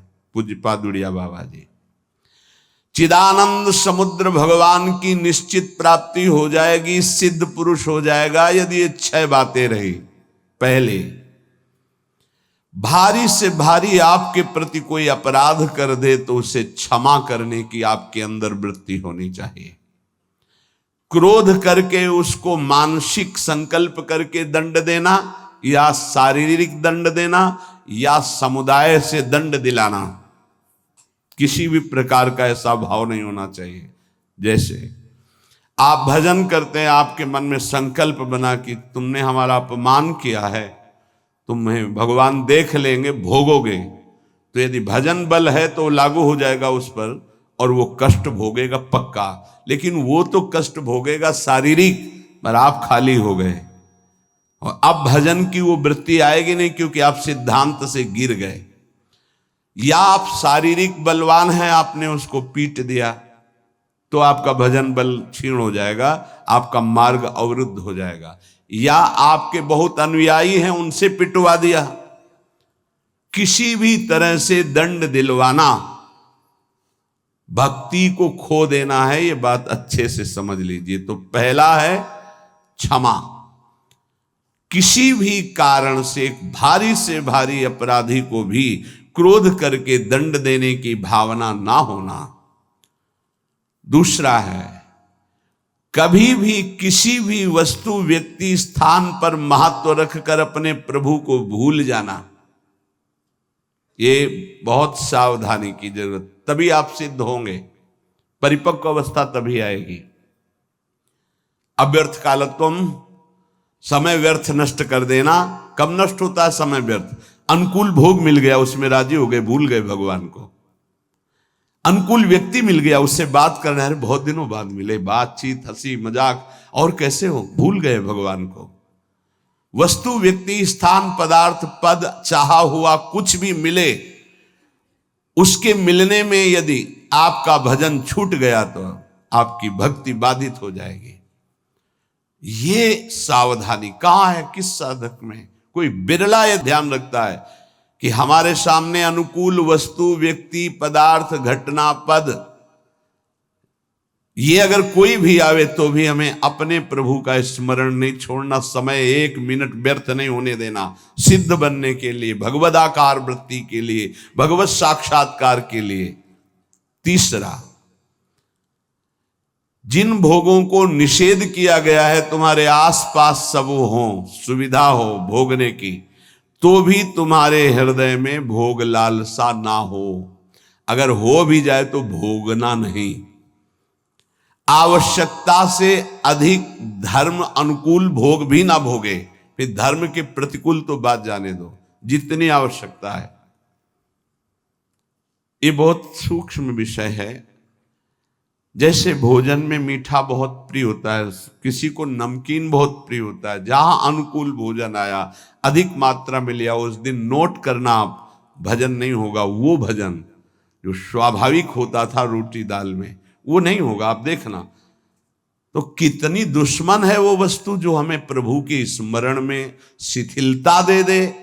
रुचि नहीं रह गई भजन की, फिर बातें होती बैठ करके, प्रपंच की बातें, और या फिर बहुत खूब सोना, सो रहा है, सारी शक्ति पचने में लग जाती है। जब उदर में जरूरत है 500 ग्राम 400 ग्राम भोजन की, और आपने दबा करके उसमें 1.25 किलो भर दिया, अब इसके बाद पानी गया, अब वो सारी आपकी जीवनी शक्ति उसी में लग गई पचाने में, तो भजन के लिए आपके पास सामर्थ्य कहाँ रह गई? बार बार जमवाई लो, बार बार टहलो, बार बार लेटो, क्योंकि वो पच जाए ना, और वो कि बर्बाद ना हो। तुम ही हो भारत में सार्थक करने वाले, और तो जीव है ही नहीं भाई, और भी तो पशु पक्षी, तुम अपनी केवल तुम उतना ही सेवन कीजिए, वो कोई और पालेगा, पशु पक्षी पालेंगे, कुछ चीज बर्बाद नहीं। आप छोड़ दीजिए, उसमें चींटियां लग जाएंगी, वो चींटी पालेंगी, बहुत से कीट पतंगे वो पालेंगे, आप ऐसा ना सोचे कि बर्बाद हो। तो उपासक को पदार्थ, वस्तु और व्यक्ति, हमें किसी व्यक्ति से इतना प्रेम नहीं कर लेना कि वो उसके मिलने पर प्रभु का विस्मरण हो जाए। ये बहुत सूक्ष्म बातें महापुरुषों के द्वारा शोध कर कही गई हैं। चौथा, सम्मान सबको बहुत प्रिय है, बहुत प्रिय है। सम्मान किसको अच्छा नहीं लगता? पशु पक्षी को भी अच्छा लगता है सम्मान, पुचकार कर, दुलार करो, प्यार करो, सम्मान दो। जो भगवत मार्ग में सिद्धावस्था को प्राप्त होना चाहता है, सम्मान को जहर की तरह देखे और नीच पुरुषों द्वारा किए हुए अपमान को अमृत के समान पान करके निराभिमानी बन जाए। चौथी बात है, देखो परमार्थ को तो समझना ही पड़ेगा, ये बहुत जहरीली बात है। सिद्धावस्था ऐसे प्राप्त नहीं हुई। पहला, तुम्हारा कोई किसी भी तरह से अपराध करे, तुम्हें क्षमा करना है। ना मानसिक, न शारीरिक, न वाचिक, न व्यवहारिक किसी भी तरह का उसको दंड देने का विधान यद्यपि सामर्थ्य है फिर भी नहीं, पहला। दूसरा, कभी भी किसी भी वस्तु, व्यक्ति, स्थान के आकर्षण में प्रभु को नहीं भूलना, यह तुम्हारे ऊपर शर्त है। तुम्हारे सामने कोई व्यक्ति आए, वस्तु आए, पदार्थ आवे, घटना आवे, प्रभु को नहीं भूलना। अंदर राधा राधा राधा, किशोरी जी से बढ़कर प्रिय कौन हो गया, जिससे अगर प्रभु को भूल जाते हैं तो वो बड़ा हो गया, प्रभु छोटे हो गए। वो पदार्थ बड़ा हो गया, वो संपत्ति बड़ी हो गई, वो व्यक्ति बड़ा हो गया, वो घटना बड़ी हो गई जिसने प्रभु को भुलवा दिया। नहीं। तीसरा, विविध प्रकार की भोग सामग्री आसपास फ्री भोगने के लिए हो, फिर भी नहीं भोगना, क्योंकि हमें भगवत साक्षात्कार करना है। अनुकूल धर्मयुक्त भोग भी उतना भोगना है जिससे हमारा भजन चले, जैसे खान पान, विश्राम उचित। सम्मान सबको प्रिय होता है, अपमान सबको दुखद होता है। भक्त को अपमान अमृत के समान लगता है, सम्मान विष के समान लगता है, उल्टा, वो निराभिमानी होता है। पांचवा, इष्ट देव के चिंतन में व्यभिचार नहीं होना चाहिए। व्यभिचार ये परिपक्व भगवत साक्षात्कार की बात है, साधारण साधक की, प्रारंभिक साधक की बात नहीं है। 4 बार शिव जप लिया, 5 बार अमुक जप लिया, फिर जप लिया, ये जप लिया, वो जप लिया, नहीं। केवल अपने इष्ट देव में ही, अगर शिव हैं तो शिव संबंधी, राम तो राम संबंधी। अब ये सिद्धावस्था की तरफ जा रहा है साधक। यहां खिचड़ी नहीं होगी, यहां सीधे एक वृत्ति केवल अपने इष्ट देव की, उन्हीं का स्वरूप, उन्हीं का सेवा, उन्हीं का नाम जप, उन्हीं के गुण कीर्तन, उन्हीं के प्रेमियों से मिलना। इष्ट मिले और मन मिले, तभी परिपक्व सिद्धावस्था को प्राप्त होंगे। छठवां, सदगुरु की शरण में रहकर उनके बताए हुए मार्ग से चलना। सिद्धावस्था ये बहुत कठिन है, बहुत कठिन है। सदगुरु की आज्ञा में जो जीवन दे दे, बहुत कठिन है। कल एक उपासक कह रहे थे कि हम बहुत प्रयास करते हैं, वर्षों हो गए करते हैं, लेकिन अभी यही निश्चय नहीं कर पाए कि मुझे जाना कहाँ है, जपूं क्या, निरंतर क्या करूं। गुरुदेव का वर्ण किया, बोले नहीं तो पूरा जीवन व्यतीत हो जाएगा, निर्णय थोड़ी कर पाओगे। ये निर्णय तो गुरुदेव के द्वारा होता है। जो गुरुदेव ने नाम दिया, जो साधन बताया, आजीवन उसी में। गुरु प्रदत्त इष्ट के विग्रह में, छवि में, नाम सेवा में सर्वस्व विराजमान है, भाव समझ लीजिए। गुरु प्रदत्त नाम मंत्र में, गुरु प्रदत्त साधना, वो सिद्ध होने के लिए बहुत आवश्यक है, और उसी में स्थिति होने से सिद्धावस्था प्राप्त होती है। बहुत ये सूक्ष्म विषय सब नहीं समझ पाएंगे। भगवान विविध रूपों में विविध भाव वाले भक्तों को सुख दिया है। जब कृपा होती तो विविध रूप सब आते हैं। जो अनन्य रस का उपासक है अपने इष्ट देव का, उसे किसी में प्रियता नहीं होती। तो इसका मतलब अभी ज्ञान नहीं हुआ, नहीं नहीं, ये ज्ञान के ऊपर की बात है। ज्ञान के ऊपर की बात है। ये ज्ञान तो बहुत पहले गोस्वामी जी को हो गया था, सिय राम में सब जग जानी। फिर कह रहे बने तो रघुबर ते बने, बिगड़े तो भरपूर, तुलसी औरन ते बने, ता बनी बेपेद। सदगुरु की शरण में साधना करने वाले उपासक की एक पहचान होती है। गुरु प्रदत्त इष्ट नाम उपासना के सिवा और कुछ अच्छे नहीं लगेगा। कोई सिद्धांत वर्णन उसके पकड़ में नहीं आएगा, उसको सब माया नजर आएगी। कोई भी भगवान रूप रख करके आवे, उसको प्रियता नहीं होगी। उसको प्रियता उसी में होगी जो गुरुदेव भगवान ने इष्ट दिए हैं। ये खास बात उस गुरु प्रदत्त साधन करने वाले महामहिम साधक में होती, ये सब में नहीं होती। बड़े से बड़े भगवत स्वरूप की रुचि नहीं रहेगी, उसकी रुचि नहीं रहेगी। अपने इष्ट का नाम, इस पे उसके प्राण न्यौछावर होते हैं। यही परिपक्व अवस्था में जाएगा उपासक। प्रभु के विविध रूप हैं, विविध छवियां हैं, विविध उनकी शोभा है, विविध नाम है। ये तब होता प्रारंभ में, विविधता में। लेकिन जब परिपक्व अवस्था की तरफ, तो गुरु प्रदत्त साधन और साध्य पर दृढ़ निश्चय, अपना कोई भाव। आजकल गुरु बनाने के लिए जब आते हैं तो पूरा रजिस्टर भरा होता है, कोरा कागज बनकर गुरु जी के पास जाया जाता है। अब लिखो इस पे, जो लिख दोगे आजीवन इसी पे लिखा रहेगा। लेकिन यहां इतना लिखने का अवसर ही नहीं, शिष्य बन रहे और पूरा रजिस्टर भरा हुआ है। हम तो ये करते हैं, हम तो ये करते हैं, हम वही ऐसे, हमारा ये सिद्धांत, हमारे ना कोई आग्रह ना कोई भाव, ये रखा है हृदय हमारा, जो आप चाहो इस पे डाल दो, वही जीवन भर। ऐसे शिष्य बना जाता है। सब अपनी भावनाएं हटाकर गुरुदेव के चरणों में। अब आप जो, ये नया जन्म हमारा है गुरु दीक्षा का, आप जो आज्ञा करेंगे वैसे ही हम चलेंगे। एक अबोध बच्चे की तरह गुरुदेव के चरणों में समर्पण। अबोध बच्चे की, मुझे कुछ पता नहीं, जैसा आप कहें वैसा मैं चलूं। ये 6 बातें जिसके जीवन में है, उसके अंदर भक्ति की निष्ठा जागृत हो जाती है और वो सिद्ध महापुरुष हो जाता है। फिर पहला, हर परिस्थिति में क्षमा। बहुत कठिन है, बहुत कठिन है। कोई अपराध पे अपराध करता जा रहा है, हम क्षमा पे क्षमा करते जा रहे हैं। बड़ा प्रभाव क्षमा का है। आप तो क्षमा कर रहे हो, उसका परिवर्तन शुरू हो जाएगा। क्षमा में इतना बड़ा बल है कि जो अपराध कर रहा है उसका परिवर्तन हो जाएगा। क्षमाशील ही परिवर्तन कर सकता है। क्रोध करने वाला या दंड देने वाला महान नहीं माना जाता, क्षमाशील महान माना जाता है। दूसरा, कभी भी किसी भी परिस्थिति में समय व्यर्थ न जाना, वस्तु व्यक्ति स्थान के संयोग में।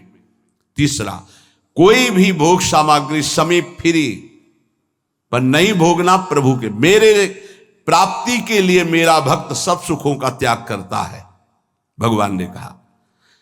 जो पवित्र भोग हैं उनको भी आवश्यकता के अनुसार ही, विधि भोग हैं जिनका निषेध नहीं किया गया, धर्म पूर्वक भोग सकते हैं, उनको भी आवश्यकता के अनुसार जितना कम से कम सेवन कर सके। चौथा, सम्मान को विश्वत नीच पुरुषों द्वारा किए हुए अपमान को अमृत मानकर निराभिमानी रहना। पांचवा, निरंतर अपने गुरु प्रदत्त उपासना में आसक्त और इष्ट देव पे आसक्त, जो गुरुदेव ने बताए। छठवां, सदगुरुदेव की पूर्ण शरणागति, पूर्ण आश्रय, एकदम कोरा कागज बनकर वो जैसा जैसा कह रहे हैं वैसे चलने से भक्ति निष्ठा जागृत हो जाती। भक्ति निष्ठा जागृत होने पर वो सबसे अधम और छोटा अपने को समझने लगता है। अपने को इतना तुच्छ मान लेता है कि उसके भजन सेवा सद्गुण जितने हैं उनका उसके अंदर अभिमान ही नहीं आता। इसी कारण वो सिद्ध हो जाता है। थोड़ी सी साधना अभिमान उत्पन्न कर देती। क्यों? क्योंकि गुरु कृपा नहीं है। इसलिए जहां निराभिमानी होकर प्रभु से अपना संबंध जो था है, जो रहेगा, उसका बोध हुआ, उसी समय उसे भगवान की प्रेम लीलाओं का अनुभव होने लगता है। इसलिए श्री भगवान गीता जी में अर्जुन जी से कहते हैं, ये यथा माम प्रपद्यन्ते तास्तथैव भजाम्यहम् मम वर्तमानुवर्तन्ते मनुष्याः पार्थ सर्वशः। हे अर्जुन, जो भक्त जिस प्रकार मेरी शरण लेते हैं मैं उन्हें उसी प्रकार वैसा ही अनुभव कराता हूं। सभी मनुष्य सभी प्रकार से मेरा ही अनुसरण कर रहे हैं, मेरे मार्ग का अनुसरण कर रहे हैं। कल चर्चा हुई थी कि जैसे आप भाव करेंगे भगवान वैसा ही आपको अनुभव कराएंगे। अर्जुन भगवान श्री कृष्ण के प्रति सखा भाव रखते हैं, तो देखो भगवान उनके सारथी बन गए। भगवान सारथी बन गए, बहुत सरल शब्द में कह दिया गया, लेकिन स्थिति तो देखो। भक्त ऊंचाई पर बैठा हुआ है, पादुका के पास सबसे ऊंचे भगवान बैठे हुए हैं। ये था माम प्रपद्यन्ते, सखा माना भगवान। सखा सोच बल त्यागहु मोरे, सब विधि घटब काज में तोरे। जो भगवान कहते हैं वो करके दिखाते। घटब, कितना घट गए। ध्येयम सदा परिभवनम अभिष्ट दोहम तीर्थास्पदम शिव विरंच नुतम शरण्यम। वो भगवान वहां बैठे जा अर्जुन जी की पादुका है। क्या सब विधि घटब काज में तोरे। ऐसा कौन स्वामी होगा जो अपने सेवक के लिए ऐसे उतर जाए, घट जाए, अपनी महिमा से उतर जाए। कभी रोना नहीं आता किसी को। मेरे साथ प्रभु कितनी कृपा कर रहे हैं, कभी रोना नहीं आता है। कैसा कपटी संसार है। गुरुदेव अपनी महिमा से उतर करके, नीचे उतर करके हमारे जैसे बनकर हमसे संभाषण करते हैं, हमें प्यार दुलार शासन करते हैं। कभी एकांत में किसी को गुरु के प्रति रोना आया? मोटे मोटे आंसू सामने गिरते देखते हैं अपनी वासना की पूर्ति के लिए, अपने मन की शांति के लिए, हमारे मन को सुख मिले बस। कभी ये रोते कि अहो कृपालु करुणा में आपका कैसा स्वभाव है, हे स्वामिनी आपका कैसा स्वभाव है। कभी ऐसा नहीं। विश्वामित्र जी भगवान के प्रति शिष्य भाव किया तो भगवान शिष्य बन गए। अगर थोड़ा भी विलंब पुष्प लाने में हुआ तो भगवान डर रहे थे कि गुरुदेव की संध्या पूजा में विघ्न न हो जाए, गुरुदेव की जो सेवा में थोड़ा भी समय लगा तो डर गए भगवान। शिष्य भाव, जैसा भगवान के प्रति भाव करोगे वैसा ही भगवान आपके सामने आ जाएंगे। अनंत ब्रह्मांड भगवान ने ही अपने आप से ही रचा है। कितना विलक्षण भजन का प्रभाव होता है कि अनंत ब्रह्मांडों का स्वामी आप जो भाव करोगे वैसा आ जाएगा बन के। अगर आप भगवान को भोग रूप में चाहेंगे तो भोग रूप में भी आ जाएंगे। ऐसा ही है, बड़े कृपालु हैं। जिस रूप में आप चाहेंगे भगवान आ जाएंगे। आप आज भी जो कामना करते हैं ना, मेरे भगवान ही आपकी पत्नी बने हुए हैं, पुत्र बने हुए हैं, आपका परिवार बने हुए, आप पहचान नहीं पा रहे हैं। जो हम कामना करते हैं ना कि आज ये, तो भगवान वही बनकर आ जाते हैं, वही पदार्थ बनकर आ जाते हैं, वही व्यक्ति बनकर आ जाते हैं, वही वस्तु बनकर आ जाते हैं। यद्यपि भगवान ही हैं, दूसरा कोई नहीं है। वही अपने आप को प्रकट किए हैं। उपनिषद में आता है एकाकी न रमते। खेलने की इच्छा हुई तो दूसरा कोई हो तो खेले, तो अपने आप को इतने रूपों में खेल में फैला दिया। एकाकी न रमते। भगवान ने अपने एकोहम बहुश्यामा, मैं ही बहुत रूपों में हो जाऊं, और वो अपने आप से अपने आप में खेल रहे हैं। 3 खेल हो रहे हैं यहां प्रगट में। एक हो रहा है सृष्टि का सृजन बराबर चल रहा है, सृजन भी बराबर चल रहा है, पालन भी बराबर चल रहा है, संहार भी बराबर चल रहा है। सृजन होता जाता है, पालन होता जाता है, संहार होता जाता है, सृजन होता जाता है, पालन होता, संहार, ये बराबर लीला चल रही है। किसका सृजन? अपने आप से अपने आप का सृजन। किसका पालन? अपने आप से अपने आप का पालन। और किसका संहार? अपने आप से अपने आप के ऊपर संहार लीला, किसी और की नहीं है, वही है। आप भी वही हैं, पर नहीं समझ पा रहे। भगवान ने कहा यथा तथा, अर्थात मुझे जैसे बसता मैं वैसे, ये यथा माम प्रपद्यन्ते तास तथैव, यथा तथा। भाव और लगन, जिस तरह की आपकी लगन है और जिस तरह का भाव है वैसे ही भगवान अनुभव में आते हैं। जब आप घोर विषय चिंतन करते हैं तो भगवान विषय रूप में आ जाते हैं। गाढ़ चिंतन विषय का तो विषय रूप में आ जाते हैं, सलाह दे देंगे आपको, देखो ये विषय जो मैं ही हूं इसको प्राप्त करना है तो ऐसे चलो, ऐसे प्राप्त करो। वो भले आप निषिद्ध चिंतन कर रहे हैं, जब ज्यादा हठ करेंगे तो आपको वही सलाह देने लगेगा हित, आप ऐसा करो, ऐसे से ऐसा कर लो, ऐसे से ऐसा कर लो। और जब पिटाई होगी तब आपको फिर उपदेश करेगा, कहा था नहीं, नहीं माने तो सलाह दी थी, अब मान लो। हित का बड़ा ही कोमल स्वरूप है।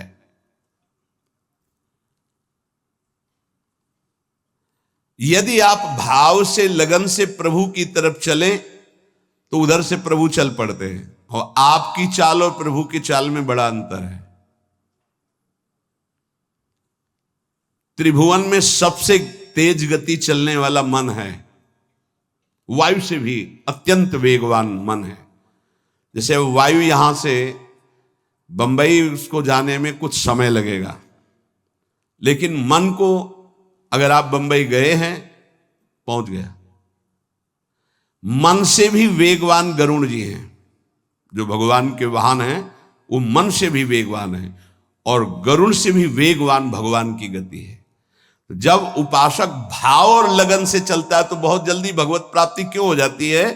बोले दरिया दूषण दास में नहीं राम में दोष। भगवत प्राप्ति में दोष आपका है जो आप देरी कर रहे हैं, भगवान की तरफ से नहीं।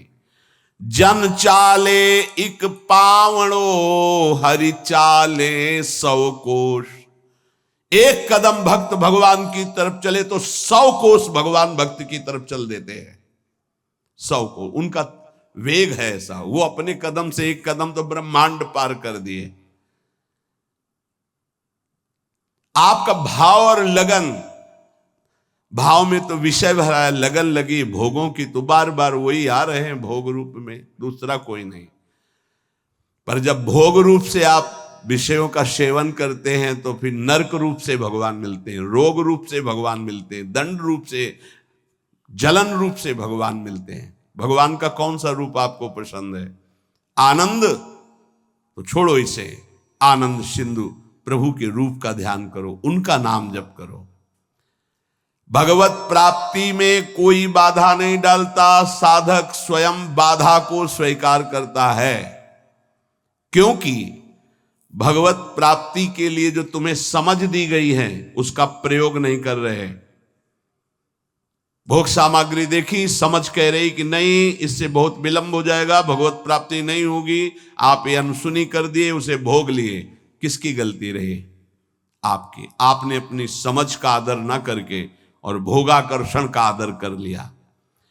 अपने समय को, अपने जीवनी शक्ति को, अपने समझ को भगवत प्राप्ति के योग में लगाना चाहिए। आप भगवत प्राप्ति की वियोग में लगा रहे हैं, दूरी बनाने में लगा रहे हैं। चलना इधर है, चल इधर रहे, इसमें कमी आपकी है।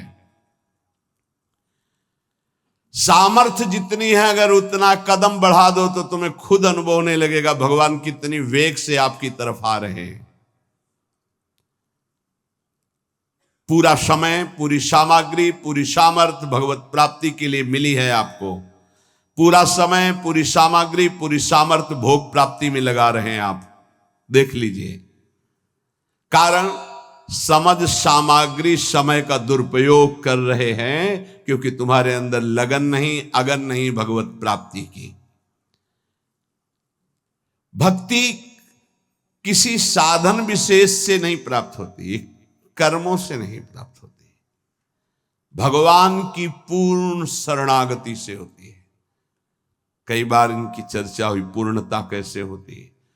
हे हृदय से प्रभु की शरण, यदि परमार्थ में उतरे हो तो चैन नहीं है। यहां दरस बिन दुखन लागे नैन, जब से तुम बिछुरे पी प्यारे कबो न पायो चैन। बेचैनी बढ़नी चाहिए। जब बेचैनी बढ़ती साधक में कृपा से, तो वो समझता है परेशानी बढ़ रही है और उसको मिटाने के लिए भोगों में उतर जाता, खत्म। अरे वही बेचैनी तो विरह बनती है, तुम समझते कहां हो।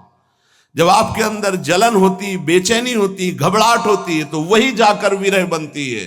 हा प्राणनाथ, अब जिया नहीं जा रहा आपके बिना। वही भगवत साक्षात्कार कराती है। आप समझ नहीं पा रहे, आपको लग रहा है मेरे साधन में कमी हो गई जो बेचैनी बढ़ रही। यही साधन की परिपक्व अवस्था है जो बेचैनी बढ़ रही। प्यारे समझिए, आपका हृदय तो जलता है, आप में जो अशांति सी महसूस हो रही है, अभाव सा महसूस हो रहा है, ये कृपा हुई है आपके अंदर। यही अभाव आपके अंदर ऐसा भाव पैदा करेगा कि आप चिल्ला चिल्ला कर रोने लगेंगे, प्रियाजू अब रहा नहीं जा रहा, सहा नहीं जा रहा, अब आ जाइए। बन गई बात।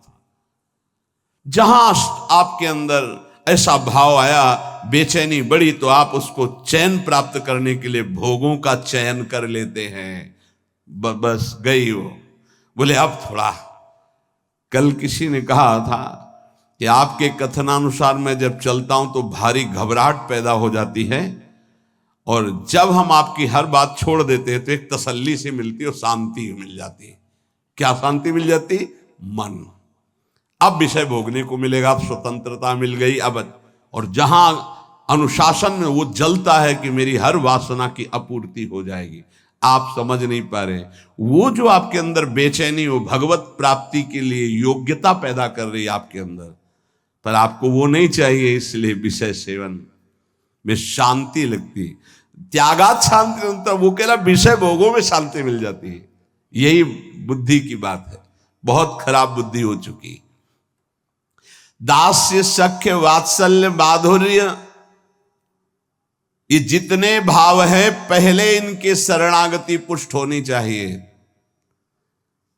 भगवान सब कुछ आपको दे देंगे, पर पहले शरणागति पुष्ट होनी चाहिए। अगर आपने अपने आप को श्री भगवान को दे दिया तो श्री भगवान अपने आप को आपको दे देंगे।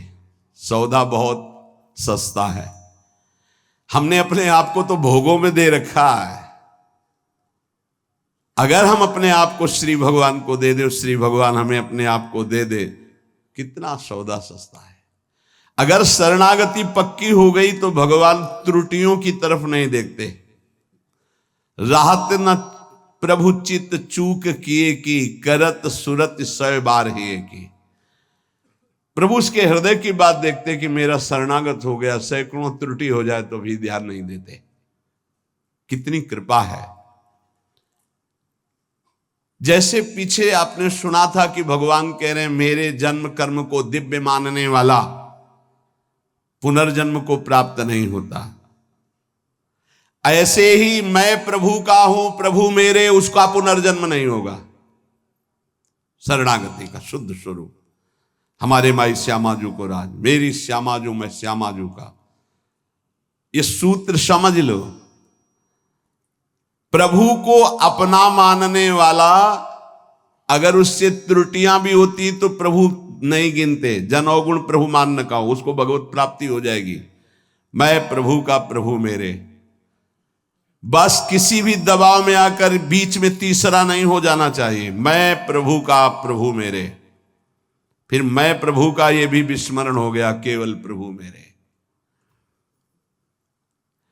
चाहे समझ में आए या ना आवे, इतना समझ लो, संसार का कोई भी संबंध, कोई भी शरीर, कोई भी वस्तु स्थायी नहीं है, कोई भी पद। लेकिन ये बात सदा तुम्हारे अंदर स्थायी बनी रहेगी, मैं प्रभु का, प्रभु मेरे। अगर आ गई है, शरीर छूटा किसी भयानक अपराध से, अगर फिर जन्म हुआ तो ये बना रहेगा, मैं प्रभु का, प्रभु मेरे। और ये आपको परम पद प्राप्ति करा देगा। अवश्य अवश्य भगवत प्राप्ति हो जाएगी। तो अगर भगवान से कोई दुश्मनी कर ले तो उसे भगवत प्राप्ति हो जाएगी, द्वेष कर ले तो भगवत प्राप्ति हो जाएगी, क्योंकि प्रभु से ही तो जुड़ा है वो। भगवान को गाली दे, अपमान करे, नास्तिकता, बिल्कुल भगवान से बैर माने, उसे भगवत प्राप्ति हो जाएगी। यहां की जैसा कहा कि जैसे भक्त भजता है मैं वैसे भजता हूं, तो वो वैर से भजेगा तो वैर से ही सही, पर भगवत प्राप्ति तो हो जाएगी ना। बोले नहीं, भगवान ने एक शब्द कहा है, ये यथा माम प्रपद्यन्ते, प्रपद्यन्ते माने शरणागति, शरण में, मेरी शरण में होकर जैसा भाव करता मैं ऐसा अनुभव कराता हूं। तो वो जो भगवान की निंदा करता है भगवान की शरण में थोड़ी है, उसको तो नरक की प्राप्ति होगी। बोले शिशुपाल ने भी तो निंदा की थी, तो रात दिन भगवदाकार वृत्ति रहती थी उसकी, उसे उठते बैठते चलते फिरते कृष्ण ही नजर आते थे। कंस ने भी तो द्वेष किया, तो उसको दाल में जीरा भी कृष्ण ही नजर आते थे, जिधर दृष्टि डालता कृष्णाकार वृत्ति थी उसकी। ये छोटे मोटे बैर वालों को यमराज ठीक कर देते हैं, उनको भगवान को नहीं अवतार लेना पड़ता। ये जैसे ना कि भगवान की निंदा कर रहे हैं, भगवान की अवहेलना कर रहे हैं, नास्तिकता कर रहे हैं, इनके लिए शासन विभाग है यमराज, वो अच्छी धुलाई करके। देखो यहाँ चाहे जितना आप अपने को बलवान समझें, कंबल डाल के कुटाई होती जेल में। एक हमें मिले थे जेल में, तो उन्होंने कहा था कि वो जो पुराने कैदी हो जाते हैं वो वहाँ के शासक की तरह हो जाते हैं। तो जैसे कोई ज्यादा उद्दंडता करता है ना, तो फिर कंबल उड़ा के और फिर उनकी पिटाई होती है। तो यहाँ तो कंबल उड़ा के होती है, वहाँ तो बहुत ही दुर्दशा होती, क्योंकि इस शरीर का तो वहाँ महत्व है नहीं पंच भौतिक। वहाँ एक नया शरीर मिलता है जिसका नाम यातना देह, वो मरता नहीं है, उसमें केवल दंड भोगना होता है। तो कह रहे हैं ऐसे लोगों के लिए तो यमराज ही काफी हैं। ये तो उनके लिए जिनकी हर समय कृष्णाकार वृत्ति में द्वेष हुआ है। जो भगवान का आश्रय अंदर से लेकर के भगवद आचरण करता है, वो भगवान का भक्त होता है। और भगवान प्राणी मात्र के परम सुहृद हैं। जो भगवान से वैर द्वेष रखा, उन्होंने केवल भगवान से ही रखा। शिशुपाल ने कभी और किसी को गालियां नहीं दी, केवल भगवान को दी। और गालियां भी कैसी देता था, कोई गंदी बात थोड़ी कहता था। ये कृष्ण ये ऐसा क्यों बोल रहा है? क्योंकि भगवान ने इसे आदेश किया है कि हमसे द्वेष करो। कौन है ये? जय विजय हैं, 3 जन्म के लिए सनकादिक। तो रावण, कुंभकर्ण, शिशुपाल, दंतवक्, हिरण्यकश्यप, हिरणाक्ष, ये भगवत पार्षद है। भगवान के सिवा इनके चित्त में कुछ है ही नहीं। अब भगवान ने आदेश किया हमसे द्वेष की लीला करो, तो अंतिम समय तक कहां राम रन हतोपचारी वो बोल के पधारे, और ये अंतिम समय तक सभा में बसे। ये कृष्ण, ये ग्वाला। भगवान सबको कहते चुप रहो, चुप रहो, बोलने दो, बोलने दो, बोलने दो। जब पूरा समय आ गया तो सुदर्शन चक्र से मुक्त कर दिया। हिरण्यकश्यप किसी के भी समझाने से नहीं, भगवान से वैर। ये भगवत पार्षद हैं। अगर अपने लोग सोचे तो इतनी क्षमता हमारे वैर में नहीं है कि हम भगवान में तन्मय हो जाए। उसके ठीक करने के लिए बहुत से शासक है। ये शनि, राहु, केतु, मंगल ग्रह, नक्षत्र, ये सब जानते हो, शासन विभाग है। और क्या, जैसे अलग अलग कंपनियां नहीं है, ये अमुक कंपनी है भारत की रक्षा वाली, ये अमुक कंपनी है, अमुक, और एजेंसियां अलग अलग नहीं। जैसे ऐसे एजेंसी समझो, नवग्रह की अलग एजेंसी अलग अलग है। मार तुम्हारी सब सुख सुविधाओं को भस्म कर देंगे, जीवन तुम्हारा क्लेश और अशांतिमय हो जाएगा। वैर द्वेष भगवान का तो कभी कुछ बिगाड़ नहीं सकेगा, तुम्हारा सर्वनाश कर देगा। ये रावण, कुंभकर्ण, शिशुपाल, दंतवक्, हिरण्यकश्यप, हिरणाक्ष, ये कोई साधारण नहीं, भगवान के पार्षद हैं। इनकी नकल नहीं कर सकता कोई कि हम भगवान से वैर करके परम पद प्राप्त कर लेंगे।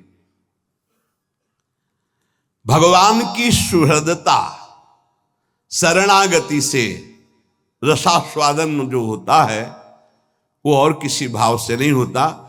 पर अगर कोई कर ले, कामाद द्वेषाद भयात स्नेहाद यथा भक्तेश्वरे मनः आवेश्य तदघम हित्वा बहवस्तद गतिम गताहा। काम से भगवान का चिंतन करना, कितने सुंदर भगवान है। कभी ऐसा होगा इनकी अजान बाहु हमें अपने गले लगाएंगे, कितनी सुंदर कपोल है, कितनी सुंदर इनकी अलकावली, कितने सुंदर नेत्र हैं। ये इतने सुंदर हैं कि दंडकारण्य के अस्थिमात्र हो रहे शरीरा जो ऋषि थे, उनके हृदय में भी श्रृंगार रस जग गया। पुरुषोत्तम भगवान श्री रघुनाथ जी को देखकर जब वनवास में थे, वैसा लगा कि प्रभु मुझे आलिंगन करें। भगवान दृष्टि में कहा कि इस समय मर्यादा पुरुषोत्तम अवतार है। उस श्रृंगार रस में भर गए थे सब ऋषि, भगवान की उस सुकोमल भुजा देख करके, वो सौंदर्य रूप देख, कहा कृष्णावतार, कृष्णावतार। वो सब गोपी बने आके। जब सियाजू का ब्याह श्री राम जी से हुआ तो मिथिला की जितनी सखियां थी सब सिया जी के सौभाग्य की सराहना कर रही थी। ऐसे दूल्हा, वैसे ही सुंदर दूल्हा रूप महाराज, जिधर दृष्टि जाए वह उधर ही सबको चित्त को चुरा ले। तो सियाजू की सब सखियां कोई बोल तो पाई नहीं, पर सबके मन में था कि क्या कभी ये हमें अपने हृदय से लगाएंगे ऐसे, क्या कभी हम इनका साथ प्राप्त कर पाएंगे। जो सियाजू को सौभाग्य मिल रहा है, मैं इनकी सखी हूं क्या। तो राम जी दृष्टि से देख के इशारा करते कि इस समय मर्यादा पुरुषोत्तम अवतार है, एक हमारा अवतार होगा द्वापर में लीला पुरुषोत्तम प्रेम में। आओ सबको निमंत्रण दे, आओ वहां आपकी हर चाह पूरी होगी। दृष्टि से देखना, मंद मुस्कुरा देना, बाहु प्रसार परिरम, आओ आलिंगन ही नहीं परिरमन, गाढ़ आलिंगन, नृत्य, उच्छिष्ट का पान करना, अधरामृत का पान करना है। जिस समय भगवान रास मंडल के अंतर ध्यान होने के बाद जब प्रकट हुए तो गोपीजन ने एक चूनरी डाल दी अपनी, चूनरी के ऊपर चूनरी। जब उस पे बैठे तो सुखदेव जी कह रहे, ओहो, साधना से परम पवित्र किए हुए बड़े बड़े योगींद्र मुनींद्र अपने हृदय में जिनका ध्यान धरने की चेष्टा करते, परीक्षित, वो भगवान गोपियों की ओढ़नी पर बैठे। एक और वेद की ऋचाएं नेति नेति कह के वर्णन करते, उन्होंने कहा प्रभु कभी साक्षात आलिंगन करने का अवसर मुझे, आओ कृष्णावतार में। दंडकारण्य के ऋषि, मिथिला की सखिया और श्रुति, जो वेदों की ऋचाएं, वो साक्षात गोपी भगवान, उनका जो भाव है उसी सुख को प्रदान कर रहे हैं। किसी भी तरह से भगवान कामाद और द्वेषाद, द्वेष भी ऐसा कि केवल भगवान से हो, बस दूसरा नहीं। इतनी अनन्यता तुम्हारे द्वेष में हो, दूसरे से द्वेष नहीं, केवल भगवान से। कामाद द्वेषात भयात, भयभीत होकर के भगवान का चिंतन होना। स्नेहाद, प्रेम से, सौहार्द से, किसी भी तरह से यदि भगवान में मन लग जाए, काम से, द्वेष से, भय से, स्नेह से, किसी भी संबंध से, तो कह रहे हैं वो सारे पाप नष्ट करके वो चिंतन भगवत प्राप्ति करा देता है। इसलिए ये यथा माम प्रपद्यन्ते तास तथैव भजामि, हम भगवान कहते जो मुझे जैसे भजता है मैं उसको वैसे भजता हूं। तुम्हारे द्वेष में इतनी ताकत नहीं कि आकाश से द्वेष करके कुछ प्यार कर लो। प्रेम करने का अवसर आया है, भगवान के नाम से, रूप से, लीला से, धाम से परम मंगल हो जाए। एक बार हृदय में फिर बैठा लो। तुम्हारी पांचों ज्ञानेंद्रिया और मन तुम्हारी दुर्गति करते आए हैं, यही तुमको आगे बढ़ने में इस समय जो आपको भगवत मार्ग मिला है बाधा पहुंचाएंगे। इनकी मांग को मत मानो। जबान कहती अच्छा अच्छा पाऊं, ये जबान कह रही रसेंद्री की बात है प्यारे, तुम्हारी मांग नहीं, तुम समझ नहीं पा रहे। इंद्रियों की विलासता तुम्हें नारकी गतियों में पहुंचा देगी। क्या क्या पूरा करोगे, कब कब पूरा करोगे। देहूती जी आदि सम्राट महाराज मन की पुत्री है। जब करदम जी से ब्याह हो गया, चले गए मन शत्रुपा जी। वो तो अपनी साधना में सेवा में लगी रही, कई वर्ष तक कोई चेष्टा नहीं। आंख खुली, एक दिन देखा तो झुर्रियां पड़ रही हैं, शरीर सूख गया। कहां राजकुमारी और कहां एक ऐसे महान तप संपन्न ऋषि की सेवा पति रूप से। क्या चाहती हो तुम, बहुत कृश हो गई हो, क्या चाहते हो। अब भगवान गृहस्थ में तो पाणी ग्रहण जैसा भाव हो गया, लेकिन गृहस्थ धर्म की पूर्ति तो हुई नहीं। अच्छा, तो इस सरोवर में स्नान करके आओ। जे ही सरोवर में डुबकी लगाई, ऐसा सुंदर रूप स्वस्थ प्रकाशित हुआ। संकल्प किया, कितने खंड का विमान तैयार हो गया। देवराज इंद्र के पास भी वो विमान नहीं। ऐसा आकाशचारी देव गंधर्वों को भी मोहित कर ले ऐसा विमान, और सब विश्व ब्रह्मांड की भोग सामग्री 9 रूपों में अपने आप को विभाजित किया। क्या क्या बाद में देहूती जी के वचन भगवान कपिल देव जी से थे कि बेटा अब मुझे बचा लो, उद्धार कर दो, तुम पुत्र रूप में आए हो, प्रभु हो मैं जानती हूं। ऊब गई इन दुष्ट इंद्रियों से। महायोगी करदम जी 9 रूपों से अपने को विभाजित करके ऐसे विमान पर आकाशचारी देव गंधर्वों को भी मोहित करने वाले विलासिता भोग से संपन्न, न जाने कितना वैभव सुख सब। तब देहूती जी ने कहा मैं ऊब गई इन दुष्ट इंद्रियों से, कभी ये तृप्त नहीं होंगी, भगवान कैसे विश्राम मिले। तब उपदेश किया भक्ति योग का, सांख्य योग का, अष्टांग योग का, कैसे परम पद प्राप्त होता है। तो वो बात मान लो। ऐसे ऐसे महान भोगों को भोगने वाले भी आखिरकार हार गए। जब शौभरी जी ने देखा मछली की क्रीड़ा और काम जागृत हुआ, 50 ब्याह मानधाता की पुत्रियों से किए। मानधाता ने विचार किया कि ये ऋषि क्या सुख दे पाएंगे हमारी राजकुमारियों को। तब कहा कलाना और यमुना किनारे देखना करके, तुम्हारा स्वागत करने के लिए कुछ हमारे जन भी होंगे। सोचा पता नहीं फूस की झोपड़ी बनाई होगी। आकर के ऐसे नगर की रचना की संकल्प से कि देवराजेंद्र के पास अमरावती में भी ना वो महल था, ना वो शोभा थी, ना वो संपत्ति थी। तप के द्वारा ऐसा नगर रच दिया। स्वागत हुआ महाराज मानधाता का। आश्चर्यचकित थे कि मैं सम्राट हूं, मेरे पास तो ऐसा कुछ नहीं जो एक इस योगी के पास है। 50 राजकुमारियों से गृहस्थ धर्म का बड़ा वैभव। फिर एक दिन एकांत में बैठे, हाय हाय मच गया, क्यों मैं कहां था, कहां आ गया, अपने तप का क्या प्रयोग कर डाला। तब वो एक श्लोक गायन किए थे जिसका प्राय हम चर्चा करते रहे। संगम त्यजेत मिथुन व्रतिनाम मुमुक्षु सर्वात्मना न विसजेत बहिरिंद्रियाणि। इंद्रियों को इतना दुलार मत करो, नहीं तो नष्ट कर देंगे, ऐसा नष्ट कर देंगे पूछो मत। बहुत दुर्दशा होती है इन इंद्रियों की। छोटे छोटे बच्चों को त्याग करके, उनकी हत्या करके, फिर अपनी इंद्रियों की विलासता में उतर करके बढ़ना, ये सब क्या हो रहा है।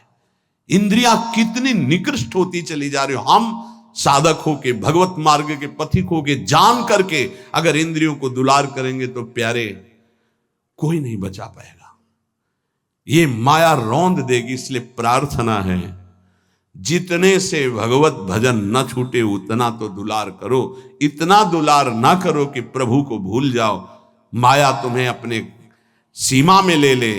बहुत बहुत जन्मों के बाद हमको ये अवसर मिला, चूको मत। मान लो अभी प्रार्थना करते हैं, अभी डांट लगा देते हैं, आगे चलकर तुम्हें कोई डांट लगाने वाला नहीं मिलेगा। प्रार्थना करने वाला नहीं मिलेगा। एक शब्द याद कर लो, जो मिलेगा वो शोषण करने वाला मिलेगा। माँ जैसा दुलार, पिता जैसा शासन हमारे भगवान स्वयं प्रकट होकर करते हैं। वो हमारे गुरुदेव होते हैं। अनंत माताओं का प्यार, अनंत पिताओं का शासन वही कर। अगर अब ना उद्धार हुआ, अब ना कल्याण हुआ, तो भगवान जाने किस युग में ये अवसर आएगा। छोड़ दो ये बातें। 5 ज्ञानेंद्रियों की मांग को अपनी मत मानो। नाम जप करो, जैसे बने वैसे अग्नि जो अंदर जल रही उसको सह जाओ। यही तुम्हारे लिए आगे उत्थान का कार्य। आप समझ नहीं पा रहे। स्कूल में पढ़ते थे जब बच्चे थे, एक चैप्टर आया था, आप लोगों को अगर पढ़ाई में आया हो, पता नहीं बदल गया, जेम्स वाट। एक जेम्स वाट नाम का बालक, जिसको निकम्मा समझा जाता था घर में, वो एक दिन बैठा था, देखा कि एक बटलोई चढ़ी थी और उसके ऊपर ढक्कन रखा था, नीचे से भाप ऐसे करके ढक्कन को उठा देती। उसने फिर वजन रखा, फिर भाप बनी और उठा दी, फिर वजन और बढ़ा के रखा, वजन बढ़ाता गया, भाप उसको उठाती गई। उसी ने इंजन की रचना की थी, जेम्स वाट। आप इसका भाव समझ पा रहे हैं हम क्यों उदाहरण दे रहे हैं। जब आपके अंदर अग्नि पैदा हो रही है, जलन पैदा हो रही, तो आपके जीवन को भगवान की तरफ ले जाने वाले पावर को उठा जागृत कर रही। तुम विचलित होकर उसे विषय भोगों से पुनः शांत कर देते हो। उसे शांत नहीं करना, उसको और बढ़ाना है। आग को जितनी बढ़ जाएगी उतनी जोर से अध्यात्म की तरफ आप चलोगे। उल्टा मत चलो, उल्टा मत सोचो। ये आग समन का अवसर नहीं, आग बढ़ने का अवसर है। आग बढ़ने दो, वही तेजस्वी बनाकर तुम्हें अध्यात्म की ऊंचाई पर चढ़ा देगी। उस बात से अनुभव किया कि भाप में कितनी ताकत है। अगर ये भाप मिले तो बहुत बड़ा कार्य चल सकता। तो वही कोयला झोंककर भाप पैदा करके इंजन के द्वारा ट्रेन निकलवा दी, और उसको सब निकम्मा समझते थे। बस वो विचार, ये चिंतन का विषय। हमारे अंदर जो आग पैदा हो रही, कामाग्नि, क्रोधाग्नि, लोभाग्नि, उसे हम सह रहे हैं। उसको सह रहे हैं तो एक पावर बन रहा है। वो पावर आपको सीधे भगवान की तरफ बढ़ाएगा। अगर आप उसको बुझाने में लग गए तो वो इधर आध्यात्मिक शक्ति क्षीण हो जाएगी और भोगा शक्ति बढ़ जाएगी। ये अनुभव की बातें हैं। आप इसको सहना सीखें, मिटाने में काम नहीं बनेगा। सह करके प्रभु की प्राप्ति हो जाएगी। सहना सीखो, सहना हमारा परम धर्म है। सहन कर गए तो महात्मा, टूट गए तो विषयात्मा। और फिर हमें पता नहीं ये अवसर जो मिला है कब मिले। इसलिए सावधान, सत्संग को सुनो और उसका मनन करो, उसको जीवन में उतारो, तभी लाभ मिलेगा। नहीं रोज सत्संग हो रहा है और अगर आप सुनेंगे नहीं तो 1 घंटा 1.5 घंटा बैठ लिए, फिर वही मनमानी चिंतन ठीक नहीं। हर समय नाम जप करो, हर समय अपने इष्ट की प्राप्ति की लगन रखो। मुझे प्रिया प्रीतम चाहिए। हम कह रहे मांग रहा है मन विषय, लेकिन आप झूठे से शुरू करो, मुझे प्रिया प्रीतम चाहिए। ए मन, मुझे प्रिया प्रीतम चाहिए। अभी आनंद का अनुभव होने लगेगा। यही मांग सच्ची हो जाएगी। झूठा खेले साचा होए। श्री राधा वल्लभ लाल की।